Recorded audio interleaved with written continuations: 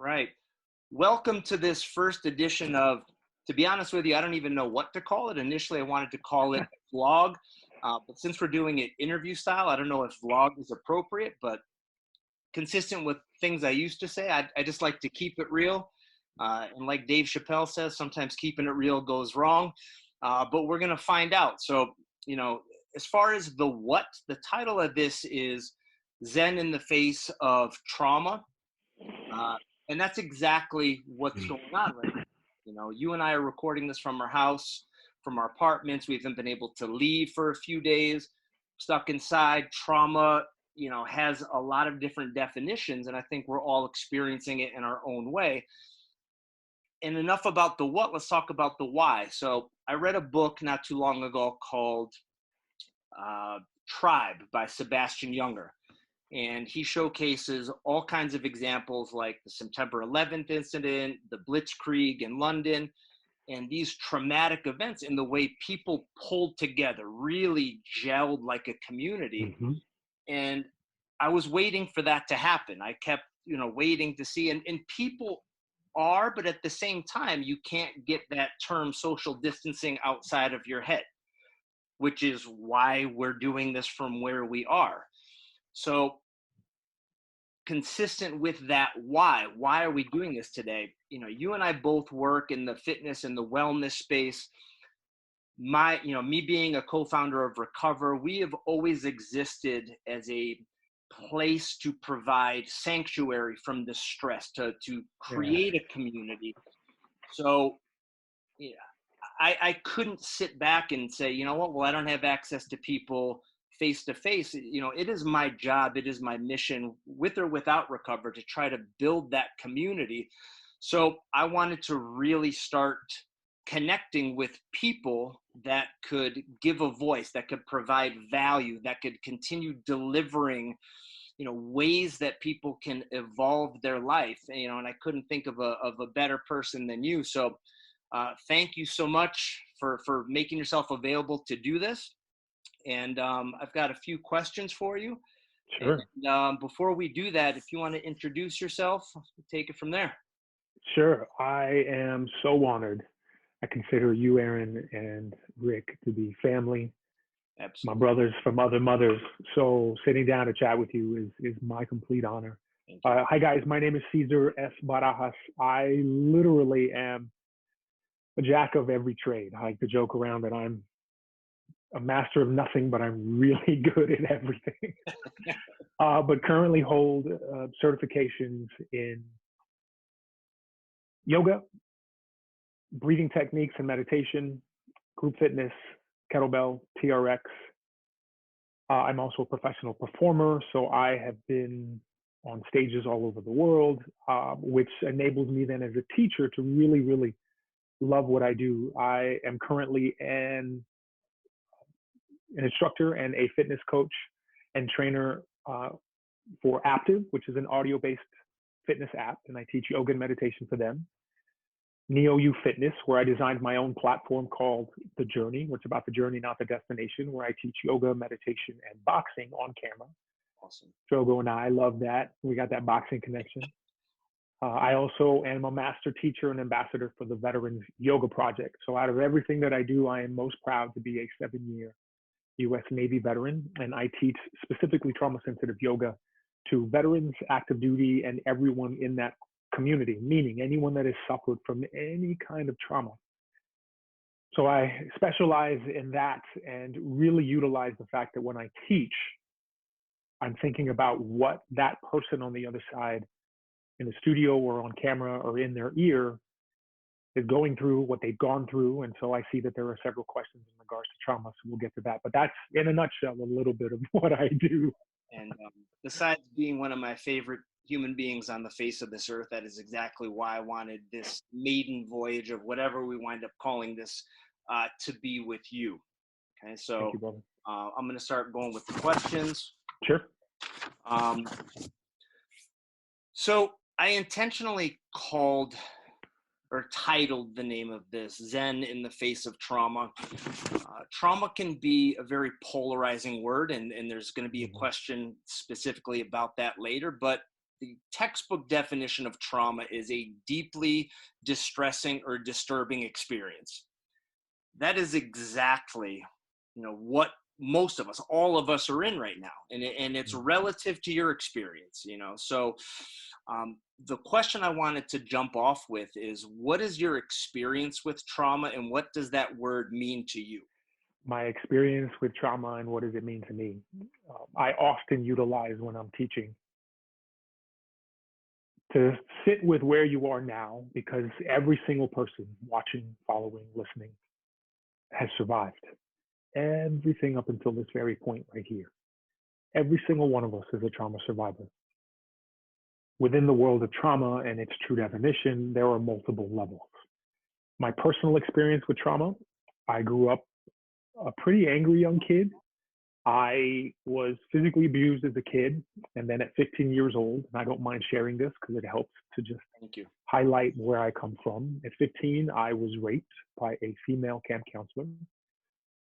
She was 19 years old, so I teach and stand on the platform of we are all coming from somewhere, but none of us know from where. At 15, I grew up in later adolescence, young adulthood, just upset and angry. And then there were a variety of other traumas. I was a fighter. I was that cat that was getting thrown out of bars for punching people, getting hit. I can't tell you how many scars on these knuckles. That's how I found boxing, all of that stuff. Sure.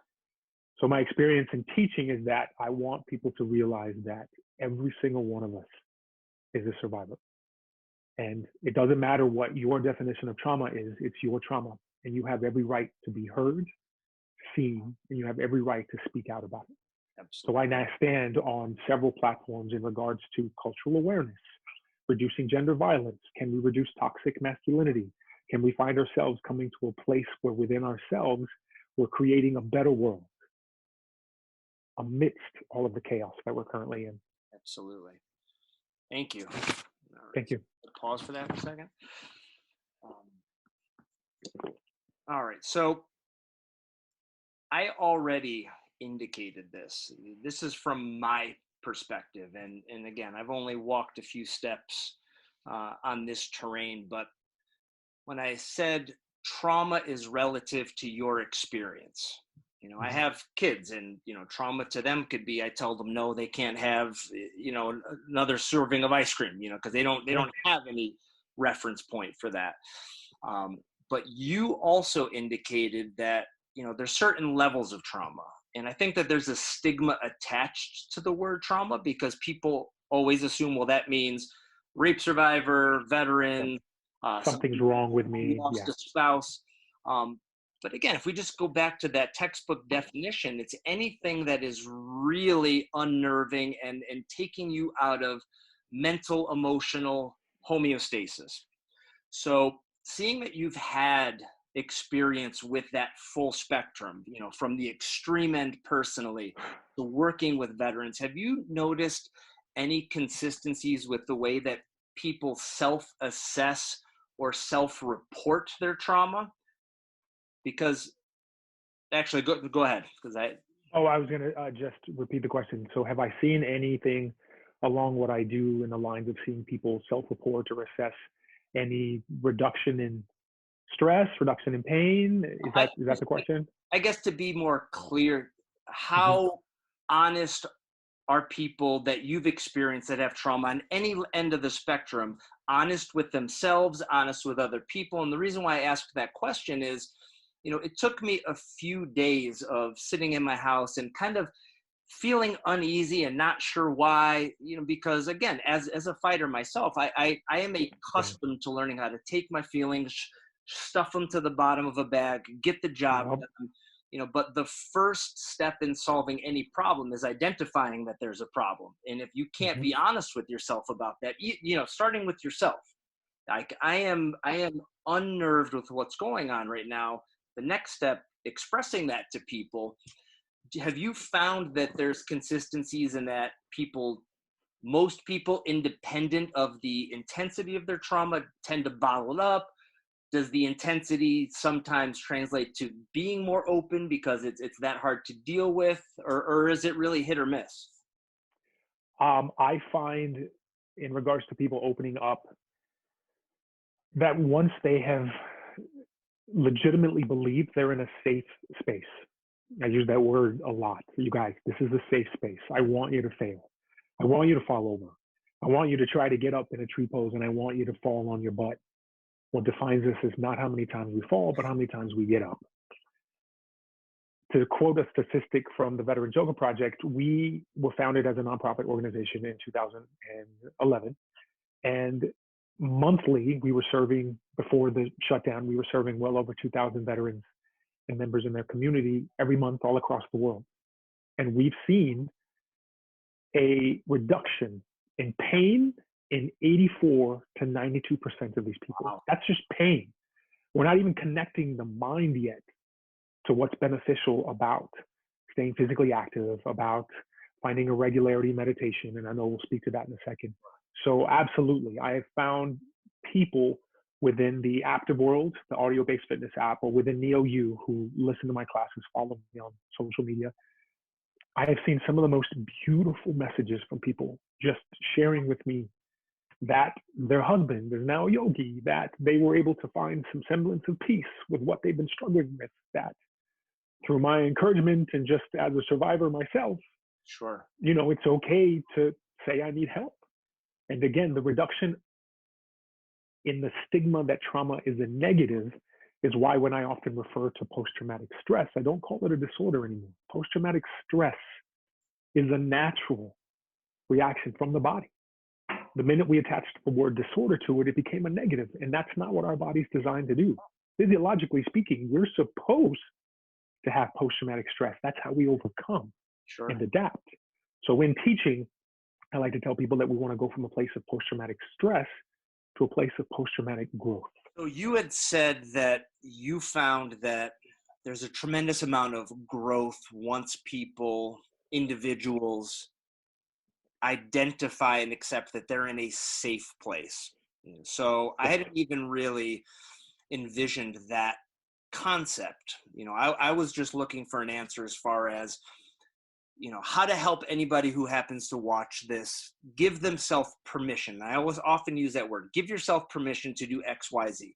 Give yourself permission to identify, I'm not okay right now. And it doesn't have to be, I'm on the verge of a nervous breakdown. It's just, I'm stressed at the moment. And that's okay. Because from there, you can start to put the pieces together. Now, you had said that you found growth once that permission to be in a safe place was granted, that identification. So from your perspective, what does that mean? Is it the external environment, control over your surroundings? What does that mean to allow people to feel that they're in a place of safety to be able to take those steps? Excellent question. The idea of creating your own safe space has to come from self. I was 10 years ago this year, post-divorce, and reached out to an employee assistance program. At the time, I was working for Trader Joe's in Southern California. And I was able to connect with a therapist for the first time in my life. And so here we are 10 years later, multiple therapists, multiple counseling sessions, multiple group therapy sessions. I allowed myself the permission, to use a fantastic quote by you, to sit with how I felt. As a Latino man, the semblance among the men in my culture is that you don't speak of your feelings. But how many men do we know are raised in that mindset? Like, look at what we are societally. Yeah. Not just this country, but many countries. And so once I realized that I was in a position to share how I feel and have someone advise me, and this, let me add a disclaimer, wasn't always, all right, we're good to go. Let's rock and roll, baby. I feel great. No, I've been through many counselors. It's just like a relationship where I was like, this shit ain't working. Sure. This motherfucker's causing me more stress than what I came in with. But I did and was able to see clearly on multiple avenues of what I felt growing up as a kid, why this and this added together, why I was able to come to a place where now, current speaking, now where we sit, it's always going to be ongoing. So we have to give ourselves the permission. We have to understand that this is something that will never be solved. There is no end game to this. It's a continuation of feeling what you feel right now and dealing with the now. Okay. Not necessarily worrying about the past. And that's the hardest part. The hardest part is letting go, understanding that we live in a constant state of impermanence. The only constant is change. Sure. So knowing that if you sit in a particular place, if you give it just enough time, you breathe through it, you stay physically active, you eat right, you remove yourself from stress-induced situations, it will and can get better.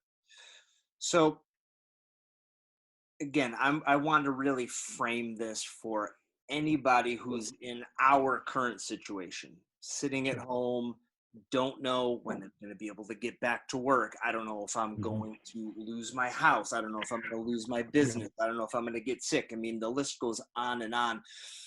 You know, my concern, because I know that I come from this perspective sometimes, is if I were to watch somebody like you, I would think, well, they had, these really traumatic experiences that you've already indicated. So, these steps won't work for me. But if you were able to speak to somebody who considered themselves the average Joe or the average Jane, who's potentially minimizing the stress that they're going through, but still, as we've indicated, might be in a traumatic state, what would you say to that person as far as what we talked about, giving themselves permission to identify what they're going through, steps that they could be taking? Because right now you're probably not going to get into a therapist's office. We're stuck with the tools we have. But the one that I'm most concerned with, which is going to be the taper into the follow-up questions, is anybody watching right now, what is step one for you, independent of how far down the spectrum of stress and anxiety you feel, to hit the brakes and say, you know what, it's okay for me right now to have these feelings so that I can start working with them? Step one, absolutely first and foremost, is just acknowledgement. Give yourself the permission to say, you know what, I don't feel well. This is stressing me out. Do I have to pay the rent? I've been laid off. I can't get through the unemployment lines online. Giving yourself that acknowledgement. Yeah. And once that acknowledgement is set in stone, you're then given the opportunity to practice day to day with some sort of meditation. And I know people think meditation and they think I've got to sit in lotus pose, cross-legged on a mountaintop, stroking my beard, overlooking this valley with birds flying by, and that's not the case. Meditation can happen anytime, any place, anywhere. And let me explain why. Really quickly, physiologically speaking, the minute that you activate a conscious and controlled deep breath, just do it with me. And you let the air just simply escape. That's your body's indicator to your vagus nerve, physiologically, to start to activate your parasympathetic nervous system. Sure. That's our rest and digest. Think about where we are when we wake up. News feeds, Washington Post, NY Times. President is speaking, causing stress. Our kids are driving us mad. I don't really know how to homeschool them. All of these are fight or flight. This is all sympathetic nervous system responses, which is okay. It's normal. But how do we find that other end? You come back to the breath. That was step one, acknowledgement. Step two is just finding a place of acceptance. It's okay to not feel good. And then the final step, and this takes time, is surrendering. So think acknowledgement, acceptance, and then surrendering. Absolutely. And then you add to that the daily breathing, you add to that whatever physical fitness, you add to that how can I take time for me? Because you guys that are parents, I can't imagine what it's like. But there has to be time for you. And I know you, brother, you get up and you work out in the morning, and I know that's your you time. But like, how many of our parents in arms across the country are doing that? Sure. And it's funny you brought up the single breath. And I had once heard, and I forgot where I read this, that they did a study of, a certain handful of ground troops going into active combat versus special forces, and the rate of PTSD upon returning to the States. I think these were U.S. troops. And I'm sure most people watching will probably guess that the ground troops, the average troop, the rate of PTSD was much higher. And what was assumed was because it was the training that the special forces had. And it wasn't the training. What it was the ground troops were acted upon. You know, the conflict was brought to them and it was reactionary, versus the special forces are proactive in engagement.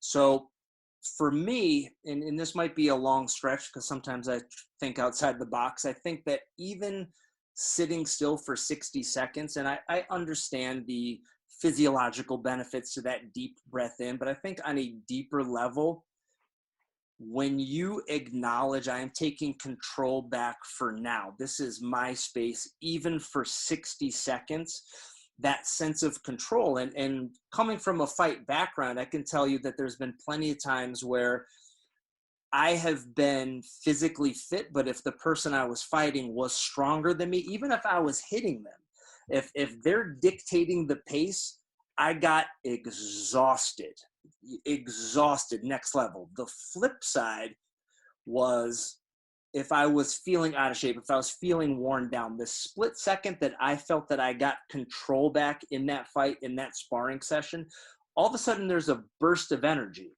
And I never knew where that came from. And it's just my deduction because I'm not, I'm not a doctor, I'm not a scientist, but that sense of control in knowing that I'm no longer the puppet, I'm the puppeteer, even for this moment. So that 60 seconds of sitting with yourself and telling yourself, we're going to get through this. We're going to sit down and take control back of this moment, because that's all life is a long string of moments. And if you have a long string of not in control and you're reacting to everything around you versus proactively sitting down, putting yourself back behind the steering wheel, I think just that notion in and of itself really pays off. I am nodding my head vigorously in agreement. Yeah. I wouldn't say a dichotomy, but they're not synonymous. Fitness and wellness are not synonymous. And I once saw a meme that said, you can eat all the kale, drink the alkaline water, do all the yoga, but if you don't deal with the SHIT in your head, you're still unhealthy. That said it all. So Truth. From your perspective, what does overall wellness mean, and where does meditation fit into that? In my humble opinion, overall wellness, like you said, doesn't just include fitness. That's one spoke of that umbrella. Sure. If we were to speak of wellness as an umbrella, one spoke is fitness.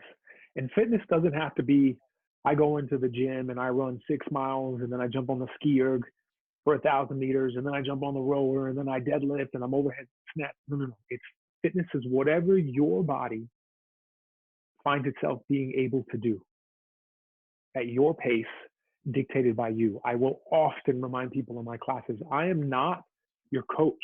I am merely your fitness waiter. What I presented in this programming is a menu. You get to choose. You get to decide how fast, how slow. You get to decide that modifications are signs of wisdom, not weakness. So let's take physical activity. That helps to alleviate some of the stress. It helps to boost our immunosystem. On top of fitness, another spoke. Are we resting enough? Like, honest to goodness, like, are we sleeping enough? Add the other spoke. Are we eating properly? Are we eating whole foods? And not whole foods in the market, but are we eating good and healthy foods? Sure. The addendum that what we eat is what we are can play a small role in this. Certain foods will cause inflammation. Maybe your body digestively just doesn't deal with milk very well. But every day you're having cheese sticks and you're having, milk in your cereal. Like, we have to be aware that fitness, finding yourself in a position to live a stress-free life, trying to situate yourself so that you get enough rest, trying to eat enough foods. And then where meditation comes into play is, am I allowing myself that opportunity to sit, even if it's for those 30 to 60 seconds, like you said? Sure. Can I allow myself just 1 or 2 moments? I wish I could turn the camera around. Right here on the corner of my laptop, I have a little red sticker. It's a red sticker. I've got one in my wallet. Literally, there's one on my fridge. Every single time I see one of these red stickers, it's my daily reminder to take one deep breath. I love that. Period. So every time I see it, so think about it, every time I open my wallet to swipe my Metro card, I take a deep breath. At that rate, I'm meditating 15, 20 times a day. and that counts. And I love that you said that, because, you know, you caught my ear with when you said living a stress-free life. Definitely right now, that's not possible. I don't think it's ever possible, nor is that really desirable, because stress is where we, you know, if you're not stressed, you're not outside your comfort zone. If you're not outside your comfort zone, you're not growing. But stress is hard to deal with, bottom line, you know, so it's that push-pull. But as a fitness professional, I'm always looking at programming. So the fact that you brought up the red stickers, that's part of a program. And I love that, in that you're proactively and preemptively reminding yourself that independent of how I feel in the moment, I probably need to take a breath now, because it ain't going to be a bad thing. Whether I'm super stressed or feeling marginally decent, that moment to just recenter as part of a program is so valuable. And it's also wholeheartedly agree. I want to reiterate again, living as stress-free as possible. Because you're right. Yeah. That stress defines us. That stress is going to formulate us. I will often share with people in all of my classes, right now, you are being sharpened.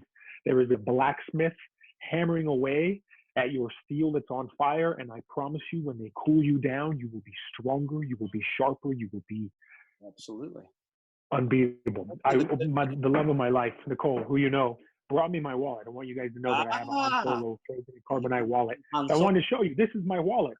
And so right there on the inside is my little blue sticker. Absolutely.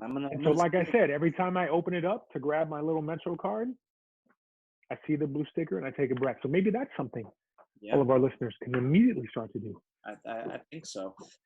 And, you know, I had touched on this in that, you know, and I know that, you know, we're just talking semantics. I know what you meant when you said, you know, stress-free, because all good things in life are going to stem from stress. I mean, that's hormesis.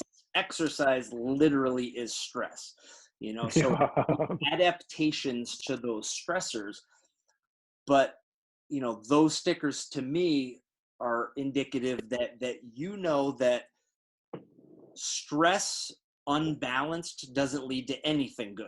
Neither does the lack of stress. So understanding that it's always the pursuit of finding that balance, so as to, you know, essentially wear yourself down to the point where you can adapt to it, but then giving yourself those checkpoints to be able to rebound from those. So I love that. And I certainly do hope that anybody watching this takes that one, because I know I will be. So, thanks, brother. Yeah. Absolutely. And they're literally like little Staples office based. They're just stickers. You can probably get them online. Awesome. Yeah. Anytime I teach anywhere, I usually pass them out. I've led several cognitive behavioral therapy groups as a co-teacher from the yogic meditative standpoint. I'm by no means a licensed social worker or a therapist, but I taught with, and I love it. I think it's a fantastic way to just gently remind yourself that it's okay to stop. Seems like we both agree on the fact that, you know, under control, good things come out of stress. You know, and it took me a couple of days sitting at home, you know, after pacing back and forth, is Recover going to open again? Am I going to lose my house? To first identify that there's only so many things in life I can control, and this certainly is not one of them. So to pump the brakes and find control in perspective, you know, so as we're talking about good things coming out of stress, and I know for a lot of people, there's, you know, they're in a really dark place right now. Maybe they have loved ones that are, you know, that are sick, or, you know, God forbid, have passed away, you know, but speaking to my own experience, you know, I'm taking this time to identify where can I grow, you know, and I really try to, you know, reflect on my behaviors prior to being stuck in the house for a couple of weeks, and things I'm noticing, you know, as far as I sometimes tend to be more concerned with, you know, bolstering my perceived life on social media and what are people thinking. It's like my life is right here, my kids are right here, but why am I on the phone updating, you know, the world about all these things when this is my life? And I don't know that if I wasn't stuck in the house for day after day after day, if I would have had that epiphany, you know. And I'm having Mhm. a lot of other epiphanies as far as the way I conduct myself, my values, the things that I really care about.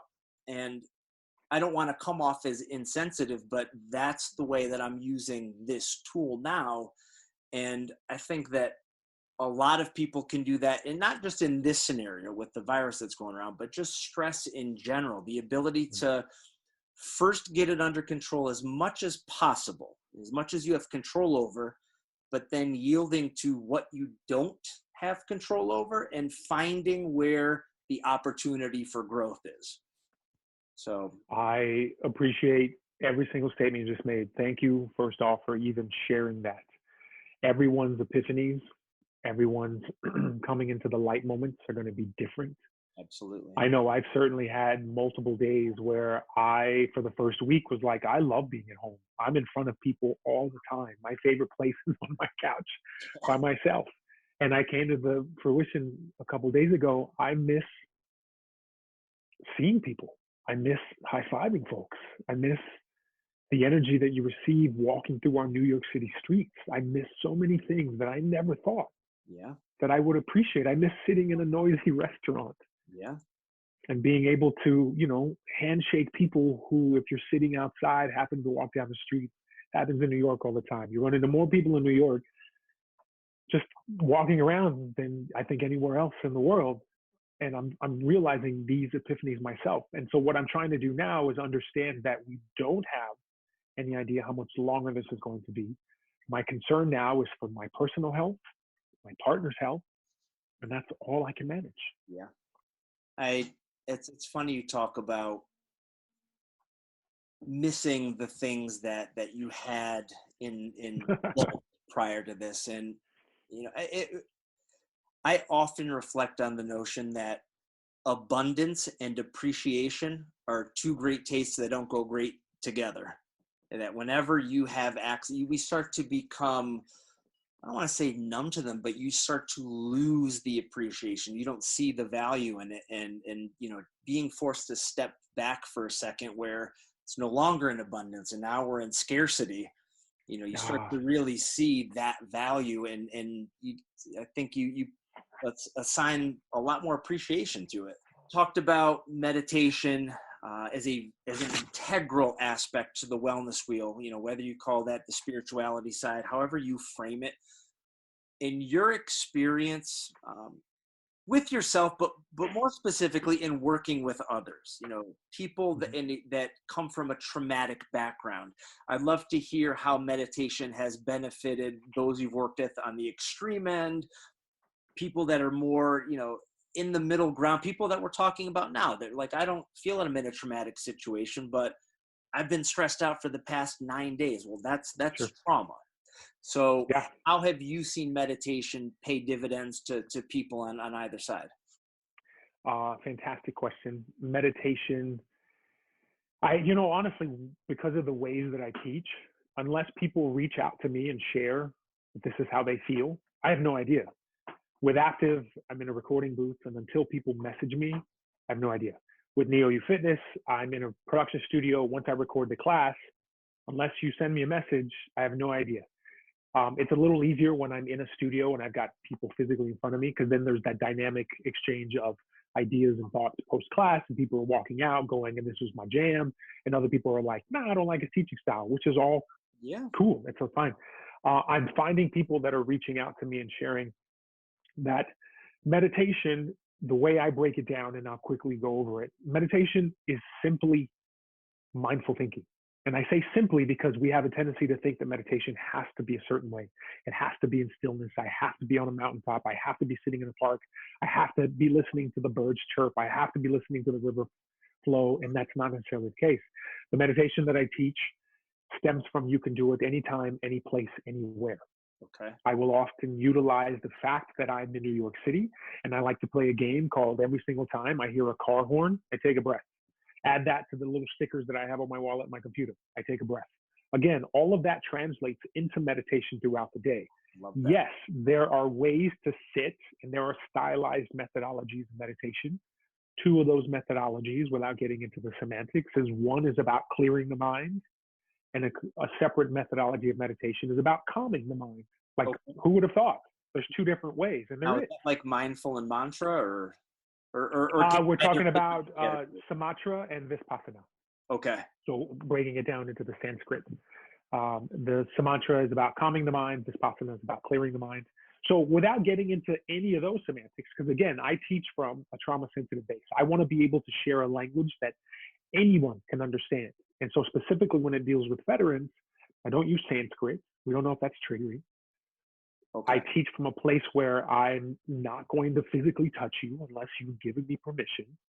So it's that mindset. So if we can break down our language so that people understand that meditation is not this complicated. And so what I'm finding is that people are utilizing the morning that they brush their teeth as their meditation. On my way in, when I'm going into the city, I use the Queensboro Plaza stop on the NOW, that's the yellow train, into 59th and Lexington. Those 4.5 minutes is my time to sit. People know if you're riding with me, my love knows this, my friends know that I'm just going to sit there and I'm going to feel the train move me, and I'm just going to breathe. And some days I can consciously be aware of the breath, and some days my mind's racing. But again, meditation is not about stopping the thoughts in your mind. It's simply just slowing things down.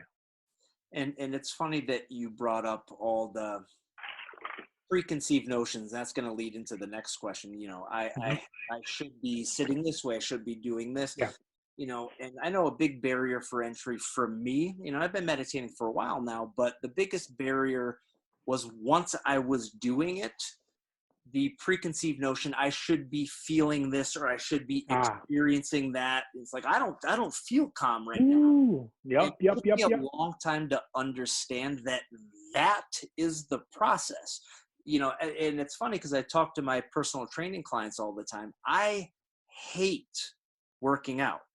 I don't like the feeling. I like why I'm doing it. I like the way I feel after, but the process, like, I don't like the way it feels when my muscles burn. I don't like my heart thumping in my chest, but I get through it because I know that is the process to get to where I want to be, to benefit my jiu-jitsu, to benefit anything that I want to do. And it's not, and I think people can fall victim to feeling, well, I should enjoy working out. I should love working out. It should feel wonderful. I think it feels terrible, but it's not always about the journey. And sometimes exercise does feel wonderful. Sometimes meditation does feel wonderful. But if you're severely out of shape and you assume that exercise is going to feel great, you're lying to yourself. Now, if you've got a lot of clutter and noise in your head, that's the same as someone who's never worked out going into their first strength training class. Like, you have a lot of stuff to work out, and that is the process. You're confronting things head on. So, I think that anybody who's ever fallen victim to that should definitely give themselves permission to say, you know what, I don't like this necessarily, but I like where it's going. Can I tack onto that right quick? Absolutely. Brother, I love the shoulds. I should feel this way. I could probably lift more. I could. Take the statement, I want happiness. I is the ego. Want is desire. If you take away the ego, you take away desire, what are you left with? Happiness. So the mindset of I should feel a particular way, we will often, and more often than not, as a society, we've been told and predisposed to exist in a place of wealth, materialistic items. We've got to have the house, the 2.3 kids. Think of all of that stuff that's genetically, societally, within our familial ties, told that we need to do or have to be. You don't have to do anything. We get to. Point blank, end of statement. I want to really circle back to that first part of the question is, have the people that have reported back to you, people that you have contact with, whether it's through, digital applications or people that you face-to-face contact with, sure. That you were the person that started their journey with meditation and you were there along the way. what sort of feedback, even if it's negative, you know, like I've been doing this for 12 months No, and of course. worse, I don't feel better. You know, what have you seen from the people that have started a practice and maintained it? I love this question. That is the feedback is my absolute favorite part of doing anything that I do. It isn't so that I can become famous. I came to a point where not once, but twice was on that suicidal brink. And for some reason, I didn't do it. And I realized that I had been saved because I have a job to do. And so my job, first and foremost, is that of an educator, is that as a nurturer, as a motivator. I'm a teacher. And so what I find people's feedback centralizes around is that meditation has helped them find just some calm. It doesn't mean that the problems go away. It doesn't mean that all of their existing stresses suddenly disappear. They just now have the tools needed, along with living stress-free, trying to live as stress-free as you can, eating good food, staying physically active, to combat all of this. Every single one of us, every morning that we wake up, are groomed to go into battle. That's where the term Shavasana at the end of yoga comes from. Shavasana means dead man's pose, corpse pose. What it means is that you're coming out of one thing with the ability to be rebirthed, resurrected into something else. So think of it this way. Every morning that you're given the opportunity to wake up, because remember, some people aren't. Think about where we are right now. Absolutely. Some people are dying alone, and it's just horrifying to think. But every morning that we're given the opportunity to wake up, we're given the opportunity to begin again. We're given the opportunity yet again to choose, to decide how we feel. And so people's feedback has resonated around that theme. Amazing. You've given me the clarity. I didn't give you anything, love. I just stood alongside you and nudged you in the direction you decided to do the work. Absolutely. Remember, I'm just a yoga waiter. I just present the menu. You choose, you do the work, you decide what needs to be done. I just give people the tools. I love that. Yeah. I often say to my clients, you know, that have gotten to any landmark in their fitness journey, like, oh, you know, thank you for doing this. And I don't use the term waiter, but, you know, I think same messaging, just different vernacular. Say, I didn't do a thing. You know what I did? I took a flashlight out and I illuminated the path. Yeah, I like that. I didn't take a single step for you. I just showed you where the path was. Now, I'm curious, especially with the demographic that you've worked with, and it's pretty diverse, but especially, you know, the veterans, the guys that are groomed to be fearless, put their heart in a bottle and just get through what they need to get through. How have you presented meditation to anybody with a preconceived notion of what the practice is or what the participants might be? Because I mean, those are two different conversations. You know, we all tend to thrive in tribes. And if you're looking at people that meditate as a certain tribe, like, well, I don't look at myself the way that I might vision people in that tribe. So how have you created that path where it's become welcoming to such a diverse group? I will often remind people of its simplicity. Like there's an adage in life, kiss it, keep it simple, sunshine. I don't call people stupid. Keep it simple, sunshine. So the minute that I'm able to assess an audience and describe what is happening in its simplest form, again, at that point, all I've done is share the information. It is up to the listener to then decide to disseminate, absorb, and move forward with it. You have people that have listened to the same speech 10 times, the same instructions 10 times, and this is going back to my military days. You got that one seaman, that one sailor, you've told them over and over and over again, and then on that 11th time, for some reason, it finally clicks.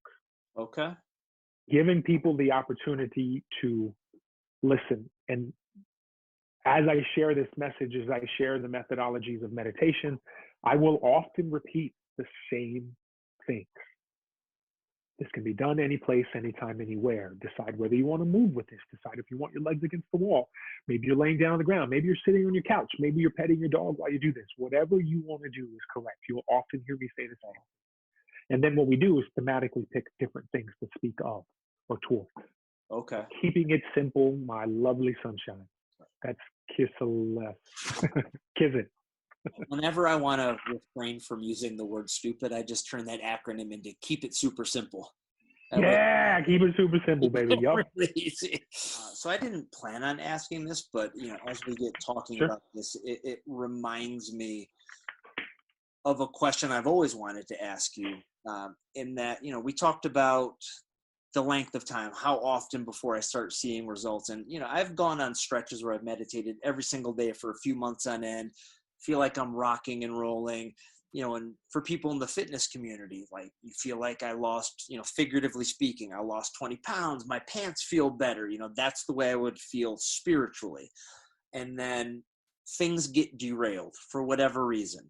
A couple of days go by or something really stressful gets inserted into your life. And you have that moment where it's almost, or not, I'll take ownership of this, where I say, what? Fuck it. I put all this work in and I'm still feeling like this. Clearly it doesn't work, because I spent all this time and I should be bulletproof by now because I felt this way for so long, but now I don't. So what's the point? So I know that that's BS, but I wanted to always bring that up to you as somebody who I admire, who I consider significantly more grounded than I am and who teaches this stuff. If I were to approach you as a student and convey that to you, that what's the point message, because I'm putting all this work in, but I still feel this way. As my coach, what would your response be to that? To that particular scenario, I would first and foremost remind you that it is in your mind's forefront. You're thinking about it. So you see it. And even though you may feel like it's not something that's helping, the mere fact that it's something you're thinking about is positive. I would lovingly remind you to be kind to yourself.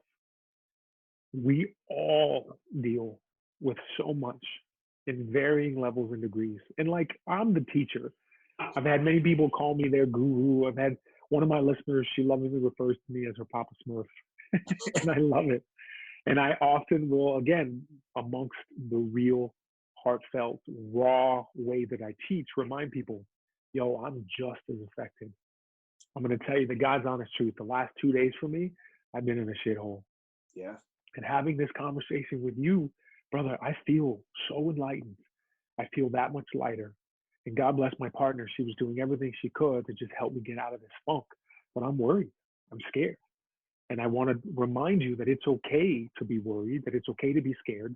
And if you're not finding that it's working, it's okay. Because the minute you are kind to yourself and remind yourself that this is going to change, you have to be mindful that life is an ebb and flow. Nothing is ever set in stone. Look at where we were 2 weeks ago. Yeah. We were all living our best lives. And in 2 weeks, look how this world has been upended. Yeah. And so that's part of me. I'm an empath at heart. Like, my fear and my concern is not for myself, but for those people who are suffering. Yeah. You've got people who are losing family members and they're dying alone. And that's horrifying. Yeah. So what do? We continue to stop. We continue to breathe. We continue, as bohemian as it sounds, to send out those loving thoughts. We continue to keep every single healthcare worker, doctors, nurses, technicians, first responders, police people, fire people. We continue to keep all of these people who are on the front lines, it's grocery stores, clerks, every single person that's in the midst of all of this. We continue to keep them in our loving and healing thoughts. Yeah. And I promise you, they'll get that. But I would continue to tell you to be kind to yourself, be patient. The thing that hit the hardest when you just indicated that, the past 2 days, you've been in the dumps, it made me think about back when I was fighting Golden Gloves and, the day of the fight, the way, I was a wreck, but kept playing through my head. You know, you shouldn't feel this way. You should. And, you know, I felt isolated. And I remember on the train rides into Queens, wherever I was going, trying to think of how can I get off this train and find an excuse to not go do this because I'm terrified. But what terrified me the most was thinking I'm the only person who feels this way. Now, this was prior to the internet being, you know, as big as it is now. But then I started reading about all these men that were dominant. Mike Tyson, you know, Larry Holmes, all these people, you know, used to cry before they went into the ring, terrified. And I was like, why the fuck couldn't I have known that back then? You know, Right. you know, the hardest part wasn't the fear; it was the fear of being alone with it. You know, and as soon as I heard that, I was like, well, if I'd have known that then, I would have probably processed it a little bit differently. Oh, brother. Because, you know, just feeling like you're in a bubble with those feelings, you know, I think that magnifies it exponentially. So, you know, hearing you, you know, talking about mindset, meditation, you know, that you are in that dark place as well, you know, I think that, you know, for me and hopefully for people watching and listening, you know, that goes back to what we keep saying, gives them permission to have those feelings as well. It's not just you. And if you continue to put the work in, you'll get through it, baby. Absolutely. I often remind people courage isn't the absence of fear. Courage is being scared shitless Yeah. and doing what it is you need to do with that fear in your heart. That's courage. There's Thank there's you for a sharing quote, that. of course, there's a quote that I say no less than once or twice a week is the hero and the coward experience the same fear, but it's what the hero does that defines him as such, and it's what the coward does not do. I love it. I love it. Exact same emotional standpoint. So awesome, man. I love it. So the next question was going to be easily accessible approaches to meditation. I feel like we've already gone into that, you know, and I can extract that. So we'll, if you have time, we'll just end with this, you know, Yeah. No, I'm good. 1 to 5 quick things people can do now to put themselves in a better place. And it does not have to pertain to meditation. You know, this is Great. just Ceasar from the heart, whatever comes to mind. It does not have to be fitness or wellness, whatever Okay. you think of. So I'll start that question again. So to wrap this thing up, again, as a man that, you know, I love from the bottom of my heart, I admire you, you know, everything you say, you know, I really take the time to tune out all the background noise so I can really, you know, talk about the difference between ingesting content and digesting it. I want to digest what you're throwing at me. So off the top of your head, you know, 1 to 5 things that anybody watching or listening can do now to make their life a little bit better. Oh, man. First and foremost, stop, take a breath. Like literally just fill your lungs, feel your rib cage expand, and the kind of breath that blows your belly up like a little small balloon, and then just let the air out. And if you can and are able, take several of them. Okay. We often find ourselves, second thing, sort of noting what we don't have. So I'll often remind people in class and just as friends, be mindful of what you do have.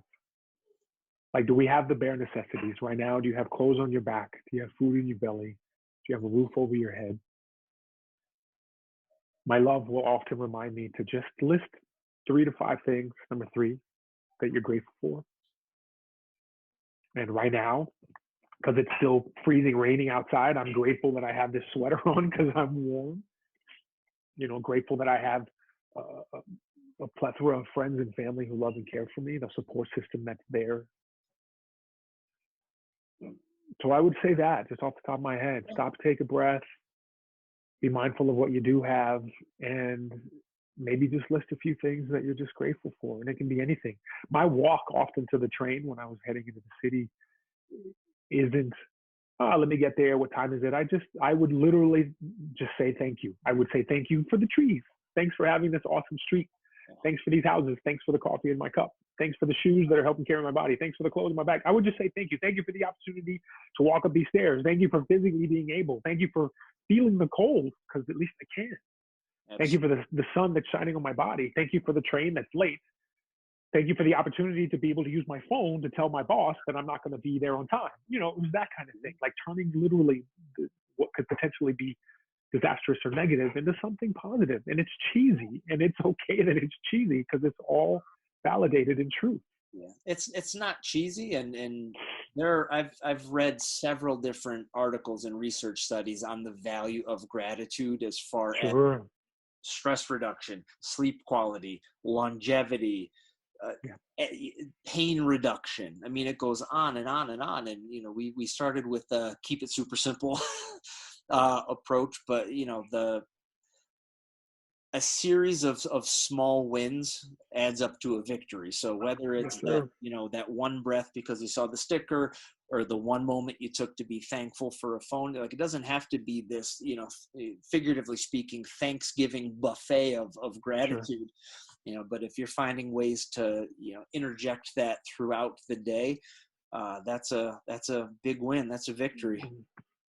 So that's it, my brother. I was from the bottom of my heart. I mean, I love you to death. Cool. I thank you for taking the time to do this. I love you. Somebody wants to say hi to you. Oh, please. Hello. Let me see if I can disconnect. Hold on, I'm going to disconnect the headphones. She can't hear me. There she is. There she is. Happy birthday. Hey. Belated. How are you guys holding up? All right? We're okay, man. All right. You know, this one is the rock. You know how it is. Right. That's the way it goes. Yeah, but I'm gonna take the next few days to just rest and just chill. Sir. Like I honestly, to God, I feel better. Just me too. Me too. Like I felt like shit teaching these classes today. I was like, oh my God, my body does not want to move. But sitting here and just being able to like honestly connect. Yeah. Thank you. I wasn't bullshit, man. You're one of the only people that every time I see you or talk to you, I feel like a better person. I want to be a better man. So, I mean, I don't say things I don't mean, and I mean that from the bottom of my heart. So thank you for being that person for me. Yeah, you two just enjoy the rest of your night. Thank you so much. And I love the kids, and I have a lovely wife for you. I will. Absolutely. Yeah, brother. All right, brother. Be good. Thank you.